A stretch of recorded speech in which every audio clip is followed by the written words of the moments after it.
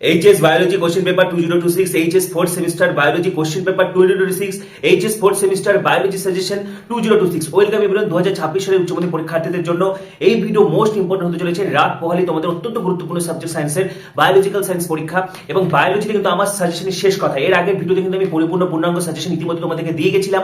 পাশাপাশি তোমাদের থেকে বিপুল পরিমাণে কিন্তু আমি রেসপন্স পেয়েছি, যেটা পিডিএফ নোটস, ঠিক আছে। কিন্তু পরবর্তীতে অনেকে কন্ট্যাক্ট করেছিলে, পরীক্ষা হচ্ছে যেহেতু শুরু হয়ে গেছে সেজন্য এখন কিন্তু কোনো নোটস সেল করা হচ্ছে না, ঠিক আছে, সেটা ইতিমধ্যে জানিয়ে দেওয়া হয়েছে। এবং ইতিমধ্যে তোমাদের থেকে আমি বিপুল পরিমাণে রেসপন্স পেয়েছি এবং বিগত বছরগুলোর মতো এই বছরও কিন্তু 100% কমন আসবে যে প্রশ্নগুলো বলবো, ঠিক আছে।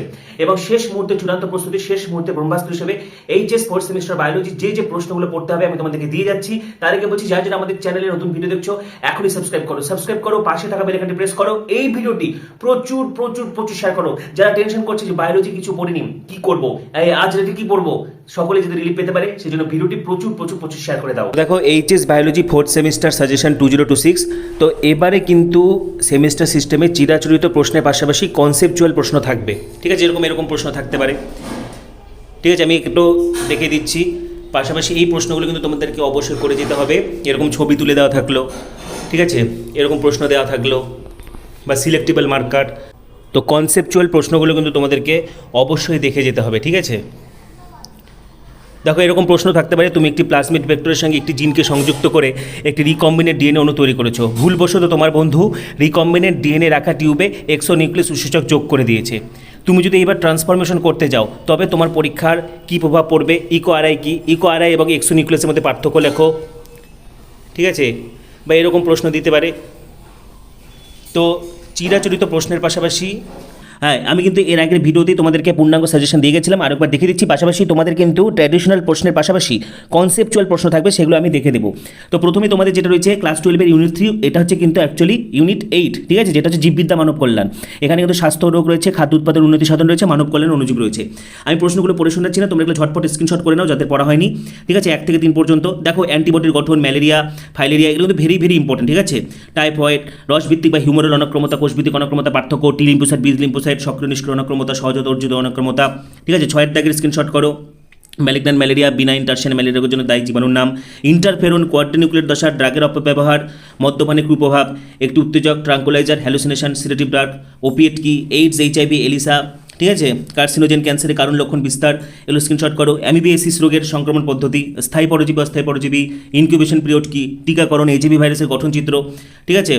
এবং দেখো, করোনা, কোভিড-19 জীবাণুর নাম, কারণ, লক্ষণ, এই জিনিসটা কিন্তু পড়তে হবে, এগুলো স্ক্রিনশট করো। টিকাকরণ, উদ্ভিদ কলা পালন, SCP, বায়োফর্টিফিকেশন, ইমাস্কুলেশনের পদ্ধতি, ব্যাগিং কি, উদ্ভিদ প্রজননবিদ্যার উদ্দেশ্য, অনুবিস্তরণের ধাপ, হেটেরোসিস বা হাইব্রিড ভিগর বা সংকরতেজ, কলা পালন, টোটিপোটেন্সি, জীবসার হিসেবে অণুজীবের ভূমিকা, পেস্টের জৈবিক নিয়ন্ত্রণে, ভাইরাস, ব্যাকটেরিয়া, ছত্রাকের ভূমিকা, জৈবিক নিয়ন্ত্রণ, নর্দমা জল বিশুদ্ধকরণ, এগুলো কিন্তু ভেরি ইম্পর্টেন্ট, ঠিক আছে। বায়োগ্যাস উৎপাদন পদ্ধতি, বিভিন্ন শিল্প উৎপাদন, অণুজীবের ভূমিকা, খাদ্য শিল্প, চর্মশিল্প, ওষুধ উৎপাদন, বেকারিস্ট বা বোয়ারিস্ট কি, কীভাবে অ্যান্টিবায়োটিক্স উৎপাদন করা হয়, অ্যান্টিবায়োটিক্সের ব্যবহার।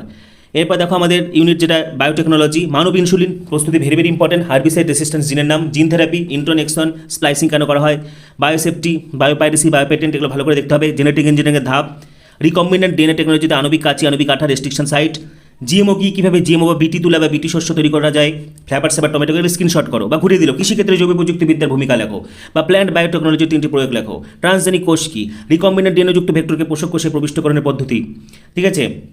জিন cloning, restriction endonuclease DNA ligase, reverse transcriptase উৎসেচকের ভূমিকা, cDNA, প্যালিন্ড্রোমিক সিকোয়েন্স, এগুলো দেখবে। PBR 322 প্লাজমিড, ঠিক আছে।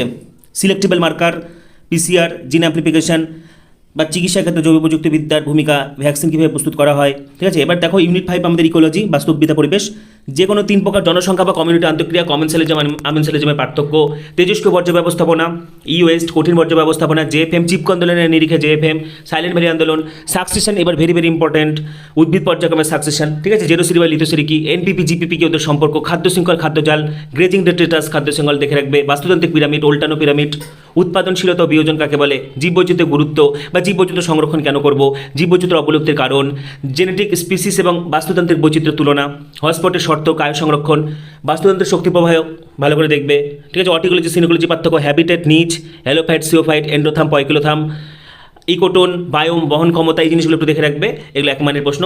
তবে এক্সপোনেনশিয়াল এবং লজিস্টিক কার্ভ, যে আকৃতি, এস আকৃতি, দাসুলিকাম স্বরাজ্য মণ্ডল আন্দোলন, ঠিক আছে, পরজীবিতের জন্য অভিযোজন উদাহরণ, বয়স পিরামিড, মৃত্তিকা প্রোফাইল, ঠিক আছে। পাশাপাশি দেখো তোমাদের কিন্তু কনসেপচুয়াল প্রশ্ন থাকবে, দেখো এরকম কনসেপচুয়াল প্রশ্ন থাকবে।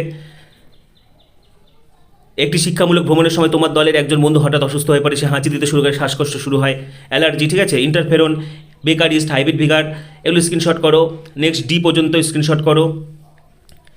এরপরে দেখো 2 AB, এটা স্ক্রিনশট করো। ওডি রেস্ট্রিকশন সাইট, প্যালিন্ড্রোমিক, ঠিক আছে, সিলেক্টেবল মার্কার, এটা স্ক্রিনশট করো। গ্রেজিং টেট্রিসাস, খাদ্য শৃঙ্খল, রামসার সাইট, পশ্চিমবঙ্গের 2টি রামসার সাইটের নাম, 3 A, এটা স্ক্রিনশট করো। আমি প্রশ্ন পড়ে শোনাচ্ছি না, নাহলে ভিডিওটি লেংদি হয়ে যাবে, ঠিক আছে। বি কারণ আমি এর আগের ভিডিওতে পূর্ণাঙ্গ সাজেশন দিয়ে গেছিলাম। দেখো B9 টিউমার কেন ম্যালিগন্যান্ট টিউমারের চেয়ে কম বিপজ্জনক, ক্যান্সারের কারণ, ঠিক আছে। যেমন দেখো 45 বছর বয়সী একজন রোগীর দেহে নিম্নলিখিত কারণগুলি পরিলক্ষিত: উচ্চ জ্বর, শুকনো কাশি, শ্বাসকষ্ট, পেশি ব্যথা। এটা কী হচ্ছে?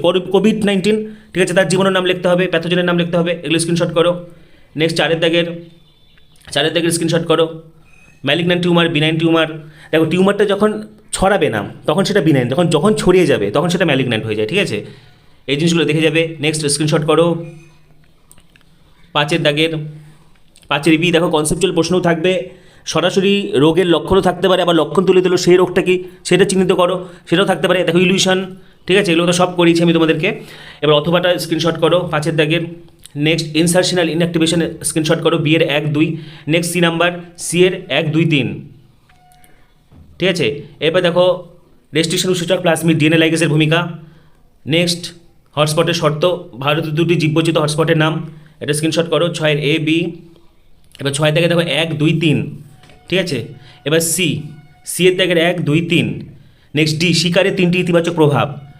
এই টাইপের প্রশ্ন কিন্তু থাকবে। অথবা 6 A, B, C, ঠিক আছে, বোর্ডের তৈরি মডেল প্রশ্ন অবশ্যই কিন্তু তোমরা সলভ করবে।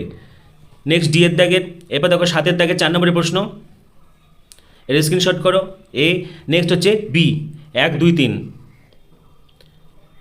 সর্বপ্রথম পৃথকীকৃত রেস্ট্রিকশন এন্ডোনিউক্লিয়াসটির নাম, ঠিক আছে, এগুলো তো ভেরি ইম্পর্টেন্ট, কীভাবে কাজ করে ব্যাখ্যা করো, বা রেস্ট্রিকশন এন্ডোনিউক্লিয়াস কেন নামকরণ করা হয়েছে। নেক্সট বি এর 1, 2, 3। বাস্তুতান্ত্রিক পর্যায়ক্রম কিন্তু এবছর ভেরি ইম্পর্টেন্ট, 8 দাগের। অথবা দেখো 8 A, B, ঠিক আছে।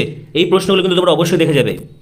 এবং যেটা আমি কিন্তু বারবার বলছি যে অবশ্যই মাথায় রাখবে, ট্র্যাডিশনাল প্রশ্নের পাশাপাশি কিন্তু কনসেপচুয়াল প্রশ্ন কিন্তু এবছর থাকবে, ঠিক আছে। সুতরাং সেদিকটা কিন্তু অবশ্যই খেয়াল রাখবে। শেষ মুহূর্তে চূড়ান্ত প্রস্তুতি, শেষ মুহূর্তে ব্রহ্মাস্ত্র হিসেবে এইচএস 4th সেমিস্টার বায়োলজি যে প্রশ্নগুলো পড়তে হবে আমি কিন্তু শেয়ার করে দিলাম। তোমাদের আরো কিছু জানা থাকলে কমেন্টে অবশ্যই জানাবে। পাশাপাশি পরবর্তী ভিডিওগুলি যদি আপনি সাবস্ক্রাইব করো, পাশে থাকা বেল আইকনটি প্রেস করো, এই ভিডিওটি প্রচুর শেয়ার করে দাও। সবাইকে অসংখ্য ধন্যবাদ।